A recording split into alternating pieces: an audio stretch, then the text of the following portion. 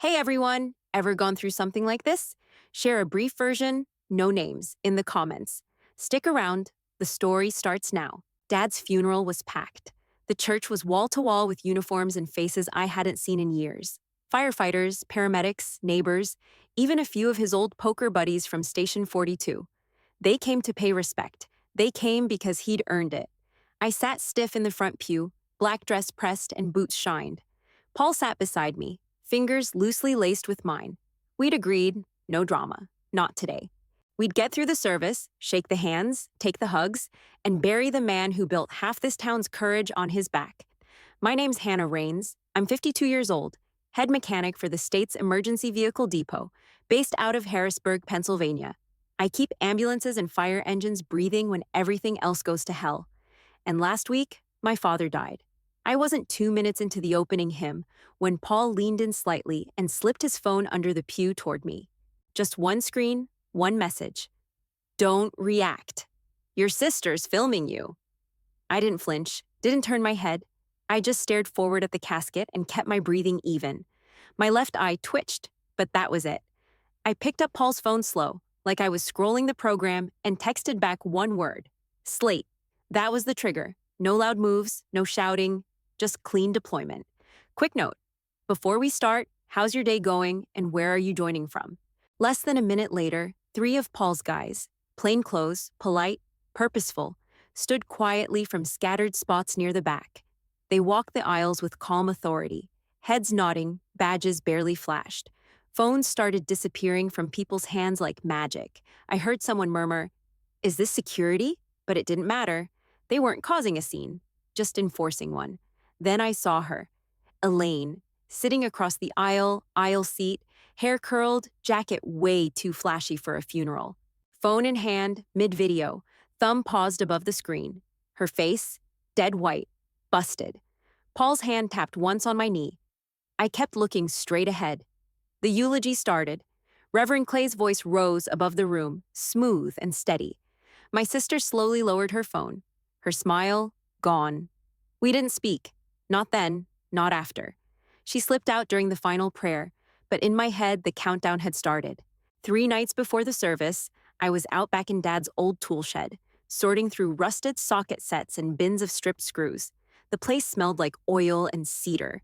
He'd built that bench himself, top to bottom, and hadn't let anyone else mess with it since Mom passed. I crouched down to check under the workbench and spotted something shoved all the way in the back. Crumpled brown bag, taped shut, dusty as hell. I pulled it out, peeled it open. Inside was a scorched metal on a broken chain. I knew the story before I even touched it. Warehouse explosion, 1998. My dad got trapped inside with a rookie and 2 temps. Pulled all 3 out. Fire caught his turnout sleeve, melted part of his gear to his arm. He went back in anyway to check for one more. They gave him the medal a month later. He never wore it. That thing damn near burned through my palm with memory. I was still holding it when I heard the back door open and Paul's boots on the linoleum. He didn't call out, just walked straight into the kitchen. Something was off. I wrapped the medal in a rag, set it aside, and followed him in. He was leaning against the sink, arms crossed, jaw set hard. That face, the one he made when he had intel too heavy to sit on. "All right," I said, yanking open the fridge. "Tell me." "They're coming to the service." "Who?" "Elaine's people." I stopped mid-reach. What the hell does that mean? "She hired them." Half of them are nobodies. Freelancers, ex-grad students, one guy who runs a crisis PR firm. They're posing as mourners. I shut the fridge, turned around. "Why?" He nodded toward the kitchen table where his laptop sat open. "She wants you to break. Cry, yell, curse. Anything emotional she can spin as instability." "For what?" "Sympathy points?" "For the estate," he said. "And the board seat." I sat down slow. "You're kidding. She's hoping you lose your composure in public. If it's recorded, she'll file a motion that you're not emotionally stable enough to manage fiduciary responsibilities. Then she'll push the board to reconsider your appointment." I stared at the floor for a second, jaw clenched so tight it felt like my teeth might crack. That seat on the emergency oversight board wasn't handed to me. I earned it with blood, burns, and 2 decades of keeping engines alive during hurricane season. "You're sure?" I asked. "I'm sure." We didn't say anything for a minute. Just the hum of the old fridge and Paul's finger tapping the side of his mug. Then I looked up at him and said, "Slate." He nodded once. "All right, we prep tonight. While you're listening, tell us which country you're watching from." That's when the plan started. Slate meant deploy. It meant no hesitation. We'd let them come, let them watch. But we wouldn't just be ready. We'd own the room. Paul made a list. I added names. He called in favors from his people, private sector security, intel guys who owed him from the FEMA days. I handled the logistics, seating layout, exit visibility, who would intercept what and when. That night, we ate dinner cold on the couch, going over surveillance footage Paul already pulled from Elaine's neighborhood. 2 guys she met with last week. One of them had a drone license. "She's not grieving," I muttered, flipping through the stills. "She's staging. She's weaponizing it," he corrected. By midnight, we had the coverage map done, the deployment plan drafted, and the safe phrase confirmed. Slate would trigger device collection and crowd lockdown. Quiet, legal, clean. All observers documented, all devices flagged. We even had one of Paul's guys pretending to be a florist, taking photos from across the street. Elaine wasn't stupid.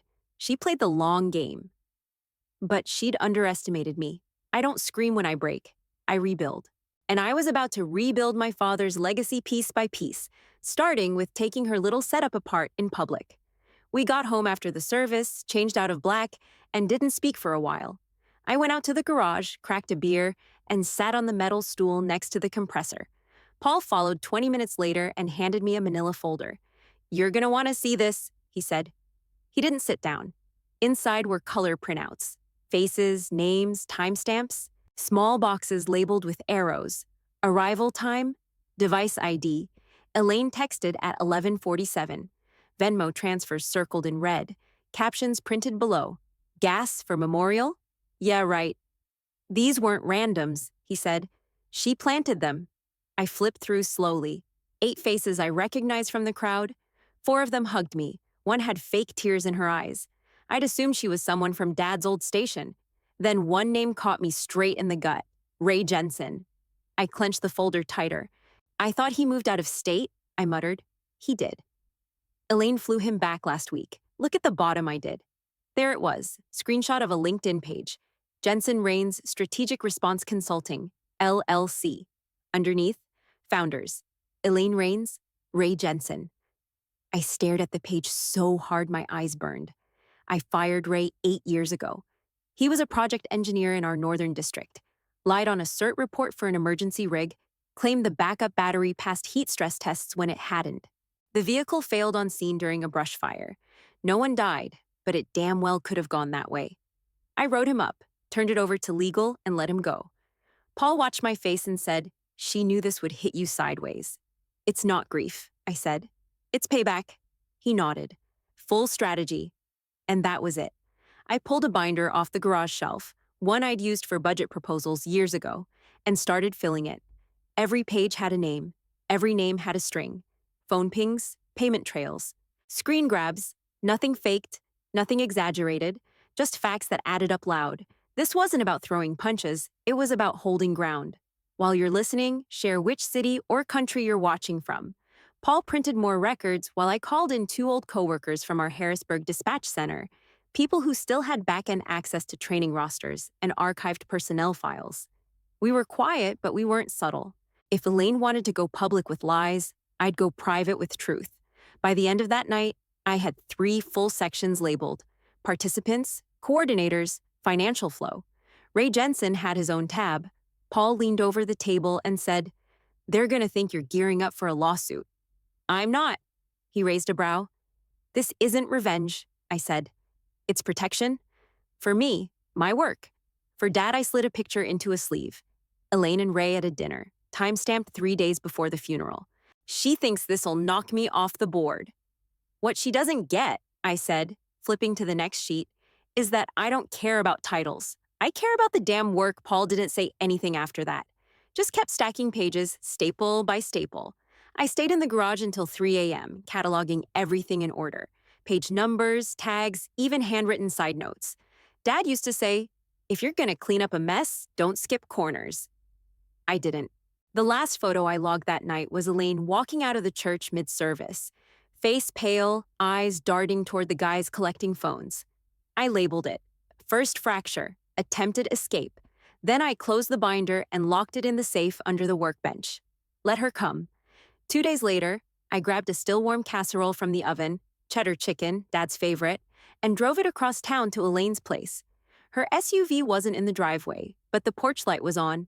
I figured she might be hiding in the back room. Didn't matter, I wasn't there for her. Sophie opened the door before I even knocked. "Aunt Hannah," she beamed, arms wide, hair wild. 9 years old, nothing but sunshine. "Hey, kiddo," I said. "Your mom home?" "Nope. She went to get her nails done. Said she'd be back soon." I hesitated, then held up the glass dish. "Mind if I leave this with you?" She took it carefully and motioned me inside. "Want to see what I made?" I followed her into the living room. Crayons, glue sticks, and glitter were scattered across the coffee table. A paper crown sat in the center. Purple construction paper, silver star stickers stuck on crooked, Scotch tape barely holding the back together. She picked it up and held it out like it was made of gold. "I made it for Grandpa," she said. "I called it his brave badge." That hit hard. I crouched down, resting one hand on the table. "It's beautiful," I said. "He would have loved that." She smiled, sat cross-legged on the rug, then picked up a drawing, stick figures, a fire truck, and what looked like a medal with flames around it. Then she dropped the hammer. "Mom said you're selling all Grandpa's awards." My jaw locked. I didn't flinch, didn't blink, just looked straight at her and said, "Sweetheart, those aren't for sale." "They're being protected." She tilted her head. "What does that mean?" "It means we're making sure they're kept safe, somewhere special, so no one loses them, so people can see them and remember what Grandpa did." She nodded, like that made sense. "Kids know when you're lying." "I don't lie to kids." "While you're listening, tell us which country you're watching from." After a few more minutes of crafts and chatter, I stood up, gave her a quick hug, and told her to tell her mom thanks for letting me stop by. She waved from the doorway like she always did. I drove straight home, grabbed the box of Dad's medals from the hall closet, and called the Regional Firefighter Heritage Museum in Harrisburg. "I want them cataloged and preserved," I told the guy who answered. "All of them. Temporarily housed, no donation, no press, just protection." He knew my name, said yes without a second of hesitation. By that night, I had confirmation forms and photos scanned into the binder. Full inventory. I labeled the tab Asset Protection, verified custody, and slipped the paperwork inside. Then I opened a fresh sheet, grabbed a black Sharpie, and wrote the next line clear and bold: "Child used as message delivery." Paul walked by, saw what I was doing, and said nothing. Just dropped off a mug of coffee and walked back out. Elaine could plant rumors, she could send in clowns, but using her daughter like a ventriloquist prop, that told me exactly where her line was and how far she'd already crossed it. The next afternoon, we drove out to Uncle Roy's ranch house off Route 11. One-story brick, gravel driveway, porch swing that hadn't moved in years. It was the kind of place where nothing ever changed, which made it the perfect spot for Elaine's brand of performance. Familiar, low stakes, controlled. Roy had invited the cousins, a few old family friends, and called it a casual gathering to talk about donations in Dad's name. That's how she packaged it. Said it'd be good to brainstorm where the money should go. Maybe a scholarship, maybe a new firehouse flagpole. Something meaningful. Paul and I showed up 10 minutes early. She was already there. Elaine stood in the kitchen, arms crossed, mug in hand, that signature soft smile plastered on like a department store mannequin. She wore navy, pearls, and that looked like she was about to hand out party favors. "You made it," she said like we were guests at her engagement brunch. I didn't answer, just nodded once and poured myself a black coffee. She waited until everyone had a plate, ham slices, baked beans, store-bought coleslaw, then stepped to the middle of the living room, like she was about to unveil a prize. "I just want to thank everyone for being here," she said, voice sweet and smooth.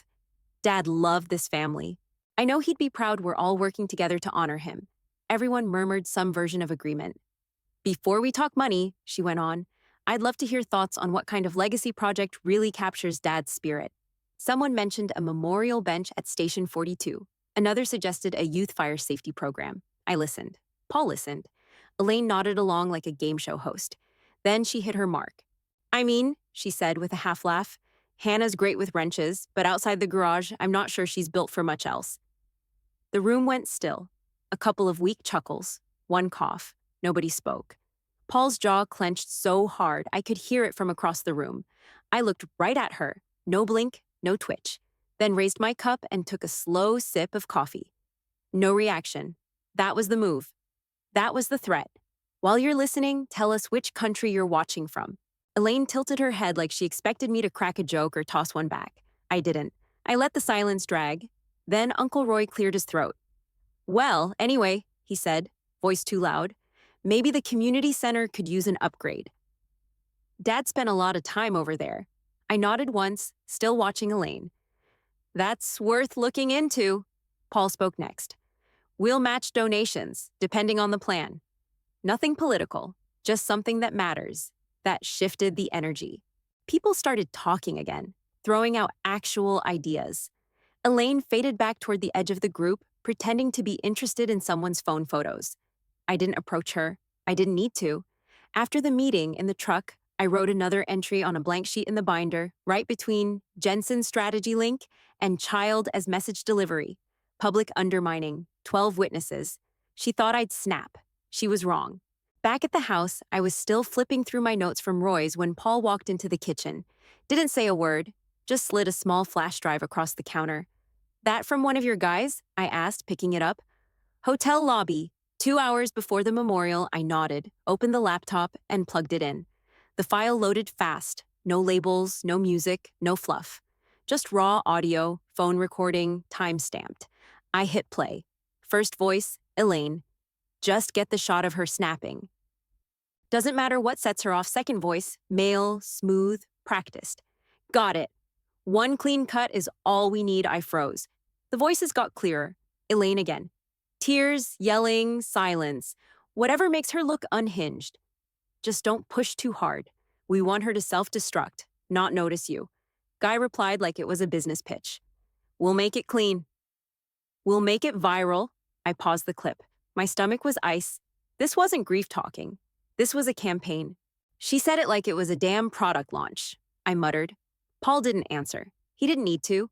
We were past being surprised. While you're listening, tell us which country you're watching from. I copied the file into 3 places: external drive, secure cloud folder, and my backup binder USB. Labeled it clear as day, direct intent evidence. Then I attached it in an email to our lawyer with a short note. Confirm receipt. File as priority. The whole thing lasted less than 90 seconds, but it was enough to change the temperature in the room for good. I didn't hope anymore. Didn't wait for reason. Elaine wasn't spiraling. She was executing. I thought she might snap out of it after the service, I said, still staring at the laptop screen. But this, Paul finally spoke. She's not trying to win. She's trying to erase you. He was right. This wasn't about Dad's medals or the house or the board seat. It was about rewriting the story so she came out on top, no matter what it cost. I opened the binder and flipped to the tab marked Audio, slid in a printout with the full transcription and file path. Think she'll deny it? Paul asked. She'll claim it's out of context. Or blame the guy. You want to go public? I shook my head. Not yet. Let it sit. We build the record. Brick by brick, Paul leaned on the counter, watching me work. You're colder than I expected. She picked the temperature. I closed the binder and locked it back in the drawer. She could spread whispers. She could bait me in front of family. But this was proof of strategy, intent, coordination. I didn't need to outshout her. I just had to wait for the right place to speak. And when I did, I'd make damn sure the whole room listened. I locked the drawer and just stood there, hands on the counter, heart steady, but my brain chewing through something deeper. How the hell did we get here? It wasn't about money. Not really. Elaine always had a way of twisting things so she could act like the victim. But this wasn't new. This had been building for decades. I remember the exact moment it started. I was 21, home for the summer, sitting with Dad under the old maple tree in the backyard. I told him I wasn't going back to school. I'd gotten hired by a small emergency tow company outside Pittsburgh. Vehicle recovery, emergency logistics, on-call during floods, pileups, power grid failures, dirt under your nails kind of work. Dad didn't flinch, just sipped his lemonade and nodded. You're steady, he said. You'll do fine. Elaine had been sitting on the porch, flipping through a magazine. She laughed, didn't even look up. You're gonna spend your life crawling under trucks? I didn't answer, but Dad did. There's more strength in knowing what you can fix, he said, than in talking about what's broken. That was the moment. That look he gave me, that quiet, proud nod. I think it cracked something in her she never got over. She was the one with the honors classes, the debate trophies, the polished resume. I was the one who carried jumper cables in my trunk and smelled like diesel half the time. But I knew how to keep things running. I knew how to fix what mattered in a crisis. And Dad saw that. He respected it. After that, it was always sideways comments, jabs, a certain tone when someone asked what I did. She'd call it blue-collar cosplay, or ask if I still played Ambulance Barbie. I let most of it slide, but I remembered. While you're listening, tell us which country you're watching from. She hated how Dad looked at me, how he'd ask my opinion on practical things, furnace repairs, flood prep, tire rotations. He knew I wouldn't guess or guess wrong. I'd done it. I'd lived it. And when I got promoted to state depot lead at 39, he sent me a signed wrench set and a card that said, "You're the calm." Elaine sent me a scented candle. She couldn't stand the fact that I didn't need to explain who I was. I just showed it. That's what Dad respected. That's what people on the ground respected. So when he named me executor, and when the state shortlisted me for the Emergency Oversight Board, it wasn't favoritism, it was recognition. She didn't want the medals, she wanted to rewrite the story, put her version of herself on top, and I wasn't playing along. I went back into the garage, opened the binder, and added a short handwritten note under the motive section. It didn't start with the will. It started under the maple tree. Then I closed it, not to forget, to remember sharper. I'd just finished logging an invoice chain into the binder when Paul walked in, phone in his hand, face like stone. "It's out," he said. I didn't ask what. I just followed him to the living room. He mirrored the video to the TV. It autoplayed from some cheap-looking account name. Stars, flags, hashtags, the works. The kind of bait people clicked without thinking. The clip started with me standing in the garage, holding a box of Dad's medals. Then it cut. Next frame, me dropping something into the trash bin. Then a voice, mine, clear and sharp. "It's just shiny metal." I felt my lungs go tight. "That's a splice," I said. Paul nodded. "Two different clips. I've seen the raw footage. You were tossing a busted wrench. Voice line was from that call you took with the museum director." I stood there, arms crossed, watching myself get dismantled by pixels. 52 seconds. That's all it took to paint me like a bitter, cold, ungrateful woman tossing her own father's legacy in the garbage. Comments were already rolling in. Hundreds. Some calling me disgusting. Others accusing me of being mentally unstable or power drunk. The tags made it worse. # fake respect #, family fraud. # metal murderer. Paul muted the TV. "We traced the seed," he said. "Bot farm out of Dallas. Accounts tied to a social media marketing agency. One that's under contract with that boutique law firm. Same one backing Elaine and Jensen's consultancy. So it was organized, funded, packaged, delivered. I didn't scream, didn't cry. I just sat down and opened the damn binder. While you're listening, tell us which country you're watching from." Paul dropped into the chair across from me, still watching. "What now?" he asked. I flipped to the Assets and Misinformation tab, pulled a blank page, and wrote it out. Forged media clip. Bot farm origin. Firm trace. Jensen Rain's legal partner. Then I stood up, closed the binder, and said, "Now we run a drill."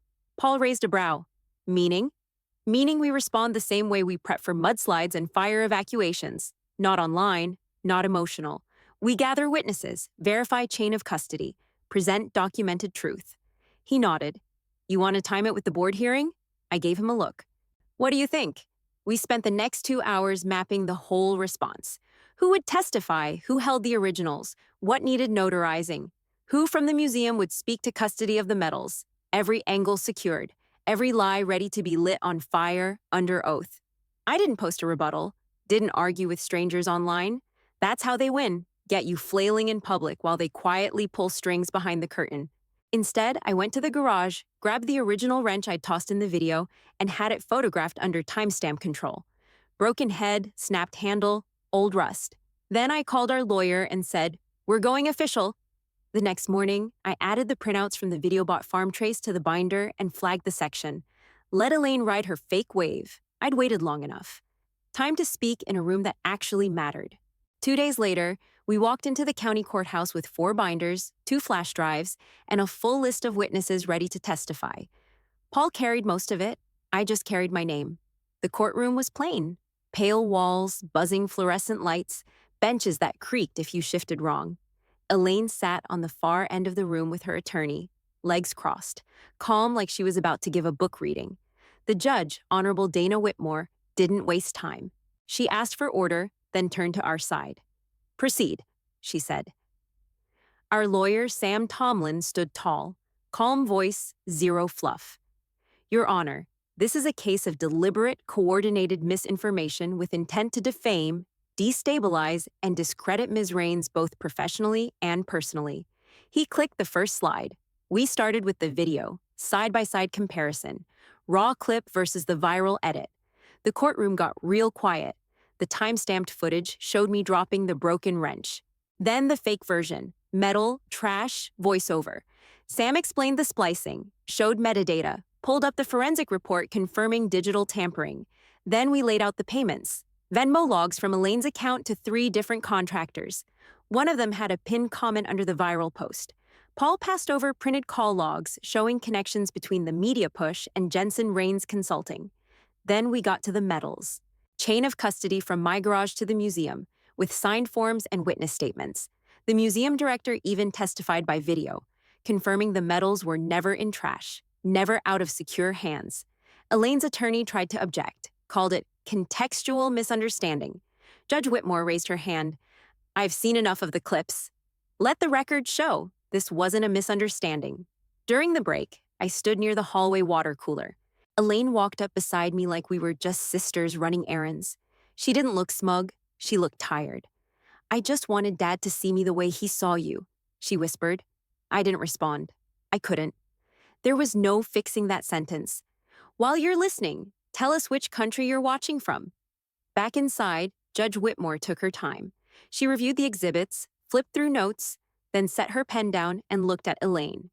"Miss Rains," she said, voice sharp but level, "your actions were deliberate. The video was a targeted fabrication, distributed with malicious intent.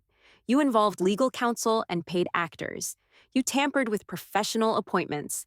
This goes beyond personal grief." Elaine didn't speak. Her lawyer dropped his gaze. The judge continued. "I am ordering a full takedown of the video and related media posts. I am also issuing sanctions against the marketing firm involved.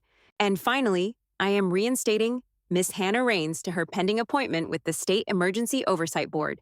Paul let out a breath beside me. Sam nodded once, quietly closing his binder. I didn't smile. I didn't celebrate. I just exhaled. Because this wasn't revenge. This was repair. The record was set straight, not just for me, but for Dad. For the work he passed down, for the trust I'd been given, and for the truth she tried so hard to bend. 3 days after the hearing, Dana showed up at the shop. She didn't call first, just walked in, grease smell and all, holding a manila envelope tight against her chest. She looked like someone carrying bad news, shoulders tense, lips pressed, but she didn't say anything, just handed it to me. "It's from Elaine," she said. I didn't open it right away, just stared at it for a second, then nodded toward the break room. We stepped inside, shut the door. Fluorescence buzzed overhead. I peeled back the flap. Inside was a flash drive, a folded note, and a small, wrinkled paper crown, purple with silver stickers, slightly crushed at the corners. Sophie's handwriting across the top said, "Brave Badge." I unfolded the note next. "I messed up. I'll tell the court everything. Use this. Just don't let Sophie grow up thinking this was okay." No apology, just the truth, finally showing its face. I didn't say a word, just sat there, the weight of it pressing down without screaming. Dana sat across from me, quiet. "Does she know you brought it?" I asked. She nodded. "She asked me to. Said you wouldn't open the door if it was her." She was right. "While you're listening, tell us which country you're watching from." I took the flash drive, plugged it into the shop laptop, and scanned the contents. Dozens of files, records, internal memos, invoices with Ray Jensen's name on them, payments logged to media contractors, 3 emails with her name at the bottom confirming Strategic narrative coordination. It was everything we didn't have before and didn't need to win, but now it was documented. Lock tight. I closed the folder, ejected the drive, and slid it into a sealed envelope labeled Supplemental Cooperative Evidence. Gave it to Paul, who ran it straight to Sam. I didn't torch her. Didn't file new charges, didn't drag her through more than what was already coming. She was already broken enough. Let the court deal with the cleanup. But I kept the crown, put it on my desk just behind the monitor, where I'd see it when I was logging equipment stats or signing off on rescue fleet orders. It wasn't forgiveness, it was a reminder.